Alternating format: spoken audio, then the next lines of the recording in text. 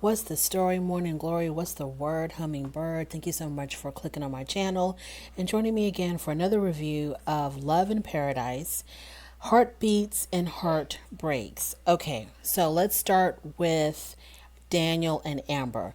Daniel and Amber apparently have had a breakthrough in their relationship. Amber realizes that she was a little bit out of line, or a lot out of line, when she got upset with Daniel talking to some lady at the bar, a woman who approached Daniel and started talking to him, not him starting to talk to her.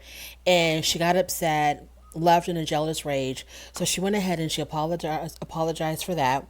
And also she talked about her insecurities about her being an older woman, dating someone who's so much younger. You know, she's always worried about, while she's in America and he's in Costa Rica, she's always worried about, is he seeing someone else? What is he doing with his time? Is someone else occupying his time?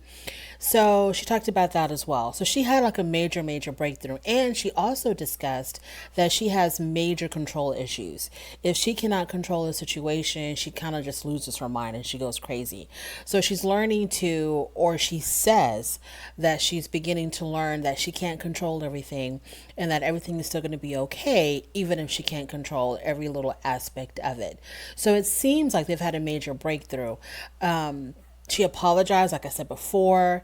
Daniel accepted her apology, and it looks as if they are on the way to building this new life together. I think that being in control and being a jealous control freak is a big part of Amber's personality. So I'm going to have to see it to believe that she's really, is changing her ways, because I just don't see that happening. I still see her trying to be controlling. I still see her being extremely jealous if she thinks he's looking at someone else or speaking to someone else. So we'll just have to wait and see on that. The jury is still out on Amber with that. Moving on to Martine and Steven. So they're having breakfast, and the previous night, Steven has slept on the couch because, they're having this issue with whatever was happening or whoever was contacting him through his phone. Someone has sent him a text the previous morning. The only thing they said was, "Are you up?" And Martine just lost it. So now they're having breakfast, and Steven tells her that he was really hurt, that she still thinks that he's sneaking around. And then in his confessional, he gives us his version of the backstory of what happened when he cheated on Martine. So he says that very early on in their relationship, it didn't feel like they were exclusive. There wasn't that sense of exclusivity about the relationship. So when he was DJing, he connected with another female, and it was just a fling. It was no big deal. But that experience made him realize that he really wanted to be with Martine. And ever since then, he said he's been faithful to Martine. Well, about 5 months after his little fling, Martine had seen something on his phone, and so it conjured up all the hurt feelings again. And it's like she's been on this thing of like crazy insecurity. And while they're having breakfast, she does apologize for looking through his phone and says that she should not have violated his privacy. And in her confessional, she says that she's always held on to that incident of infidelity because she says that as long as she always kept it forefront in her mind in her relationship, then if he did end up cheating again, it wouldn't be that big of a surprise. So she was like using it as some type of a security blanket, or using it as some type of a protection against being hurt again. Like if she's constantly in a state of hurt, then if he were to cheat again, she couldn't be any more hurt. I guess that's what she was saying. But she says, and thank God she realized this, that this is not the way to conduct a relationship and this is not the way to live. So she's made up her mind that she is going to finally forgive and let go of all of that. So while they're having breakfast, Steven is talking about how, and I think it was in his confessional, I think he said that now he really doesn't want to let her go and he wants to really make it work with Martine. And so that kind of leaves a question mark of, is he going to propose? So we'll see if that happens. Well, I'm glad that Martine decided that, she understood what the problem was of why she was acting the way she was. And her solution is to finally, truly, truly, truly forgive, and to not bring up the past, and not let the past control her present or her future. So good for you, Martine. Moving on to Key and Mark. I keep on calling her Key. Kay and Mark. Okay, so he rented a really nice resort for them to spend I think it was just one night that they were going to spend at this resort. And I guess he wanted to make it really romantical so that, they can talk about the relationship, and maybe, she'll have these warm feelings and decide to go back to California with him. So the next day, after they spent the night at the resort, oh no, I think it was the same day, their first night at the resort, they're on the beach and they're talking and they're having like a really serious heart to heart. And Steven says in his confessional that he needs an answer. He wants to know before he gets on that plane whether the relationship is a go or a no. So he basically asks her, so are you going to come back to California with me? And she says that basically no. She says she's not going to go to California. She says she feels more comfortable on the island or in Panama, and she loves him very much, but she is not in love with him. And because she's not in love with him, she really doesn't see herself leaving to go to California with him. And what does she say? She says something. Oh,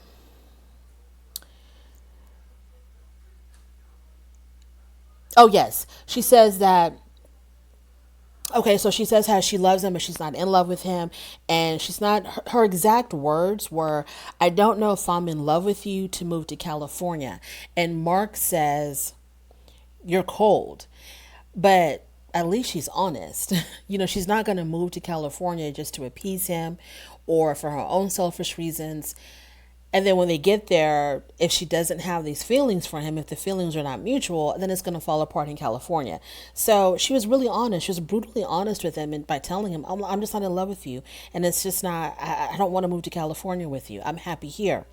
So the funny thing is that the next day, or whatever day it was, he's FaceTiming his friend Genevieve, and Genevieve wants to know, how things are going in Bocas, and he's telling her, we had a talk, and she says she's not in love with me, and she's not coming back to California with me. And then he tells his friend that, he says, I don't know if I told you this, but me and Kay have what did he call it? A don't ask, don't tell relationship. She doesn't ask me what I'm doing in America. I don't ask her what she's doing in Bocas. And so, when we're together, it's just us. We're not worried about other people or, anything like that. So then he tells his friend that, it's over. It's done. I'm going to be going back to California alone. Then the friend says, well, what if instead of her trying to change for you, what if you just try to change for her? If you really love her and you really want to be with her, well, why don't you sacrifice for her? And either go back to California and still have this open relationship, or try to make it work in Bocas. And I thought that was kind of like horrible advice. I didn't see this as being romantic, fighting for your love kind of thing. Was like, because I see Kay as a very free-spirited, independent woman. No one can hold her down, no matter who it is. She's going to do whatever she wants. Kay is like the wind. She's going to come and go as she pleases. You can't contain the wind. You cannot hold the wind down in one area. So whether he stays in Bocas and tries to make it work with her, she is still going to do whatever she wants to do. She is still going to live whatever life she wants to live. And if she doesn't want to be in an exclusive relationship, she's not going to be in an exclusive relationship. And she even, in the very beginning, she had even told her friend that she doesn't believe in monogamy. She doesn't believe in exclusivity. She's just a free spirit, do whatever she wants, when she wants, with who she wants. So for Mark to even consider, like, do you not know your girlfriend? Do you not know anything about her? Because in this very short time, I feel like I know more. I know Kay better than him. Kay doesn't want to be exclusive. You know, if she's with you and if she wants to have something with you, she'll have something with you. And then tomorrow when she's done, she's done. And then the day after that, if she wants to come back to you, she'll come back to you. So him staying in Bocas is not going to change anything. It's just going to make him more frustrated when he tries to control her or when he tries to have something more exclusive with her, and she's not going to have it. She's not going to be controlled. She's not going to live, or she's not going to be in this exclusive relationship. So he should just go back to California and basically leave Kay alone. And then if it's meant to be, somehow or another, their paths will cross again in the future if it's meant to be. That's what he should do. Don't listen to your friend about staying in Bocas and trying to have some exclusive relationship with Kay and making her fall. Because that's exactly what the friend said. Well, maybe if you were to stay there and give her what she wants, like, you know, this open relationship or whatever, she's going to fall in love with you. But not by staying in Bocas. You know, go back to California, live your life without Kay. And like I said, if it's meant to be, your paths will cross again. If she's ready to settle down with you, it will definitely happen in the future.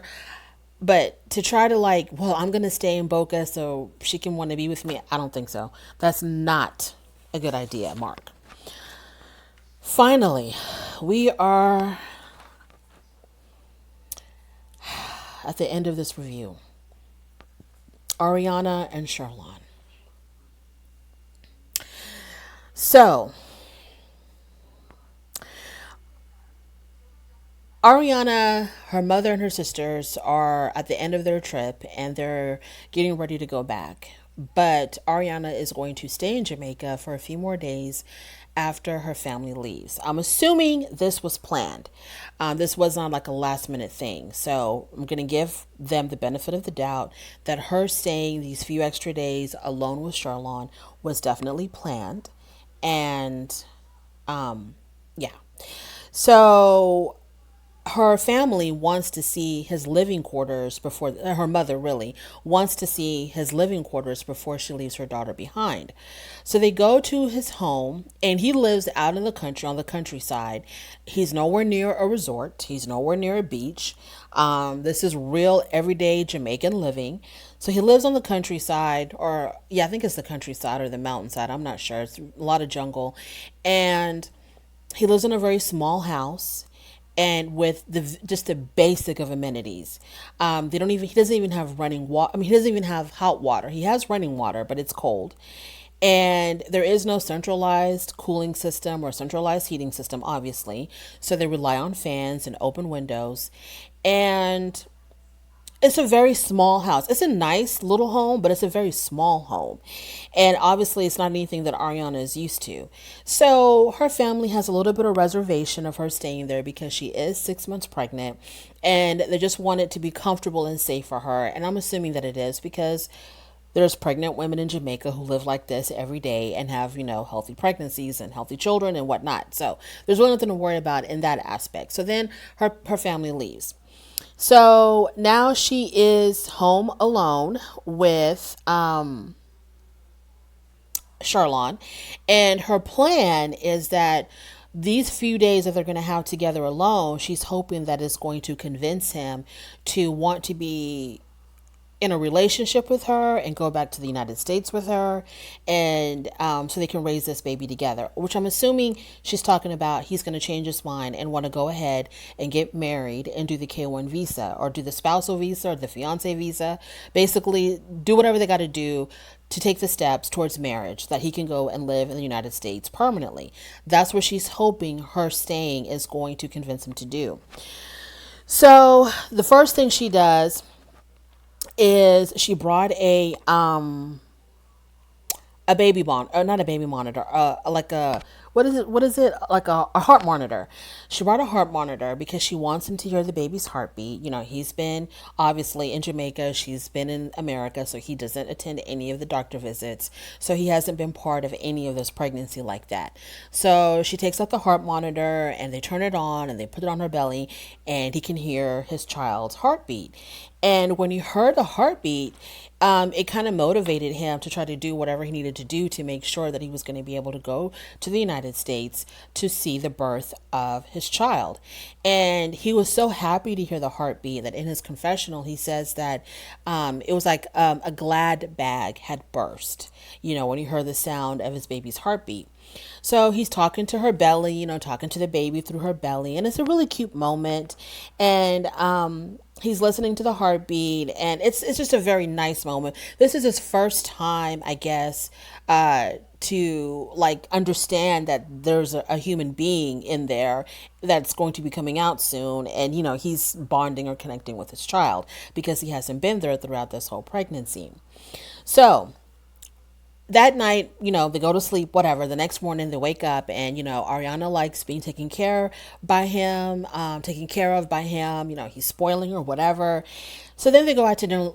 They go out to dinner later on that night, and they're eating on the beach at this restaurant, and they order lobster. And as they're eating, the question of the baby's name comes up. So first they talk about the baby's first name. Sherlon is hooked on the name Odin, Odin. He says it's a very strong Viking name, and it's very important to him because his ancestors were Vikings. Okay, so in her confessional, Ariana's like, she doesn't like the name. And she's like, I don't understand, why he says this is his ancestral name because, I mean, he might have Viking ancestors. Who knows? Who knows? But I would think, okay, I'm pretty sure when you look at Sherlon's DNA, you're probably going to see probably more African, maybe some native, maybe some Spanish, I don't know, but you would definitely see a good percentage of his DNA being African. So I'm wondering if you are so hooked on having an ancestral name for your child, why wouldn't you choose the part of you that's the strongest and most dominant? Like a good, name him after some African king, but he wants to name his child Odin. Ariana is like, oh, I don't think so. So then they talk about the baby's last name. So Sherlon wants the baby to have his last name. And Ariana says, well, she wants her child to have the name of the parent that's going to be around the most. Or something to that effect. Basically, she's saying if you're not going to be around the child that much after he's born, then he's not going to have your last name. And she wants to give the baby her last name. And he says, well, in my culture, we just don't do that. The children are named after their father. And she's like, well, it's going to be very confusing for the baby or for our child because he's going to grow up with this name that he doesn't share with anyone else in his family. And he says, what does that have to do with anything? I can't do anything about not being able to come to America. That's out of my control. But that doesn't mean that my child cannot have my last name. My child can be raised on the moon. He will still have my last name. And so she's using this name thing kind of like as leverage because she sees how important it is to him. So I guess now she's like, oh, now I got him. Because if he wants this child to have his last name, he's going to have to be more present. So he's going to have to come to America. So I guess Ariana has this vision that if by some crazy chance, Sherlon is able to come to the United States, and let's say he's able to stay in the United States for an extended period of time, she just automatically assumes that he's going to be with her. And they're going to raise this child together, I guess, as a married couple. What she fails to understand, I guess, is that he can come to America, but that doesn't mean necessarily he's going to want to be with you. If he came to America on another type of visa or through some other means, even if it's a spousal visa, they do get married. That doesn't mean that it's going to last. They might just be doing that for the papers. And then after he gets his citizenship or his residency, he might bounce. So if he's not showing any signs of wanting to be with you now in a relationship or being married to you now, Ariana, don't hook your star on this notion of, well, when he comes to America, we're going to be married. He's going to want to be with me. Forget about having this future with Sherlon. Worry about having a healthy, stress-free pregnancy and having a healthy birth and a healthy baby. If Sherlon wants to be with you and you want to be with him, it will happen. It will definitely happen. But her constantly, because she started crying at dinner, she was crying because of the fact that He really, she cries about because he doesn't contribute enough, and he's like, what do you want me to do? COVID killed my career, because tourism is over in Jamaica for now, and so what do you want me to do? I can't contribute more. If I could, I would. He says in his confessional that the economy is so bad that they actually have to go get food from the ocean. That's how bad it is. And he says, I'm not sitting here in Jamaica just having a good time, living this great life while she's struggling in America. I'm here struggling as well, and I don't have anything to give. I don't know if he does or if he doesn't, because he is working. So I don't really know that, like exactly if he's being completely upfront with us on that, as far as not giving her anything and not contributing financially. I don't know, but she starts crying because she's thinking about, I'm going to probably have to raise this child by myself, and you're not doing enough to help me. I just want you to do something. And then he tells her, well, you're the one that decided to keep the baby. You decided to keep the pregnancy. So kind of like, he was like, well, why are you complaining? I guess he has suggested to her early on to possibly terminate the pregnancy, and she didn't want to. And so in his mind, he's like, well, you chose to have this child, so what are you complaining about? Ariana, you made the decisions that you made that you felt like was best for you. Live with them. Don't worry about Sherlon. You were on vacation. You had a fling. You got pregnant. There was nothing in that whole situation where it was like, well, he's thinking, okay, I'm going to meet this woman who's going to be touring my island, and if I get her pregnant, I'm just going to be father of the year and husband of the year, if that should happen. Y'all were just fooling around. You got pregnant, and he's not that into this whole notion of having a family with you, but he's doing the best he can because the child is coming, and he doesn't want to look like a complete jerk by ignoring you and running away from you. So he's doing the best. I'm not trying to make excuses for Sherlon, but it's not like they were in this hot and heavy, deep, long-term relationship, and then she got pregnant, and then he just all of a sudden abandoned her. It was just a vacation fling. She ended up getting pregnant. She didn't. They both got careless. She got pregnant, and it's not like this man was a huge part of your life. So I don't know. I don't know what to say anymore about Ariana.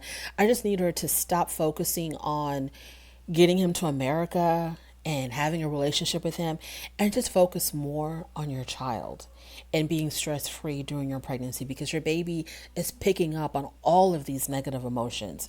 So I just want her just to not worry about Sherlon. If he comes to America, he comes. If he doesn't, he doesn't. It's not going to stop the train. It's not going to stop the baby from being born. You're still going to have to give birth. You're still going to have to take care of this child one way or the other. So yeah. That's that. Oh, and another thing, when she was when her and her family were, I guess, touring his little house, she saw that he kept the immigration card on his nightstand table, and she said that it gave her hope that he was serious about actually coming to America. And I'm like, okay, he's always talked about coming to America because he wants to see his child. It's got nothing to do with you though, Ariana. So she was like, well, he kept the immigration card. So, he's really serious about, coming to the United States, as if he's serious about coming to the United States and being with her. He's always wanted to come to the United States. He's just never really wanted to be with you. And then when I'm watching the show, he doesn't talk about being in a relationship with Ariana. He doesn't talk about a future with Ariana. He talks about wanting to see his son, being there for his son, but he doesn't talk about, I want to be there for Ariana. I want us to do this. I want us to do that. There's no talk of that. With her, it's constantly, how she's constantly hoping that she's not going to be a single mom, that they're going to raise this child together. With him, none of that, not at all. He doesn't want to leave Jamaica. He wants to be there for the birth of his child, and he wants to have a relationship with his child. But anything regarding Ariana, he's just not that interested. So that is my review of 90 Day Fiancé, Love in Paradise. If you made it this far, I appreciate you more than you'll ever know. Thank you so much. Please don't forget to like, comment, and subscribe. And I will definitely, most definitely, talk to you later. Bye-bye.